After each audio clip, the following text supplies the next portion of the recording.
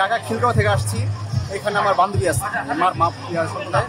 ওখানে এসে জানেনি তো মার মাদের উৎসব কত আনন্দের। আমি আগেও আসছিলাম, এবারও দ্বিতীয়বার।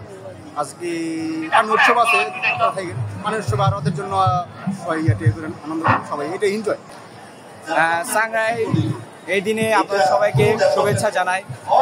সাংগ্রাই হচ্ছে যে মূলত আমরা পুরনো বছরকে বিদায় জানিয়ে নতুন বছরকে পানি ছিটিয়ে একের অপরকে স্বাগতম জানাই। মানুষের দুঃখ কষ্ট সব ভুলিয়ে আমরা একটা পানির ফোঁটায় মানুষের গায়ে লেগে যে সব দুঃখ বেদনা আমরা সেগুলোকে আমরা মুছে দেই। আমরা আসলে এই বছর থেকে পানির মাধ্যমে নতুন বছরকে আপ্যায়ন করি। আনন্দে থাকুন আপনারা, এবং আমরা সবাই চাই সব জাতিগোষ্ঠী পার্বত্য এলাকায় যারা আছে আপনারা আমাদের উপর নির্ভর করুন যে আমরা চাই যে এই এলাকায় শান্তি ফিরে আসুন, এই এলাকায় যেন কোনো ভেদাভেদ না থাকে। আপনারা আরও করুন এই ধরনের অনুষ্ঠানগুলো।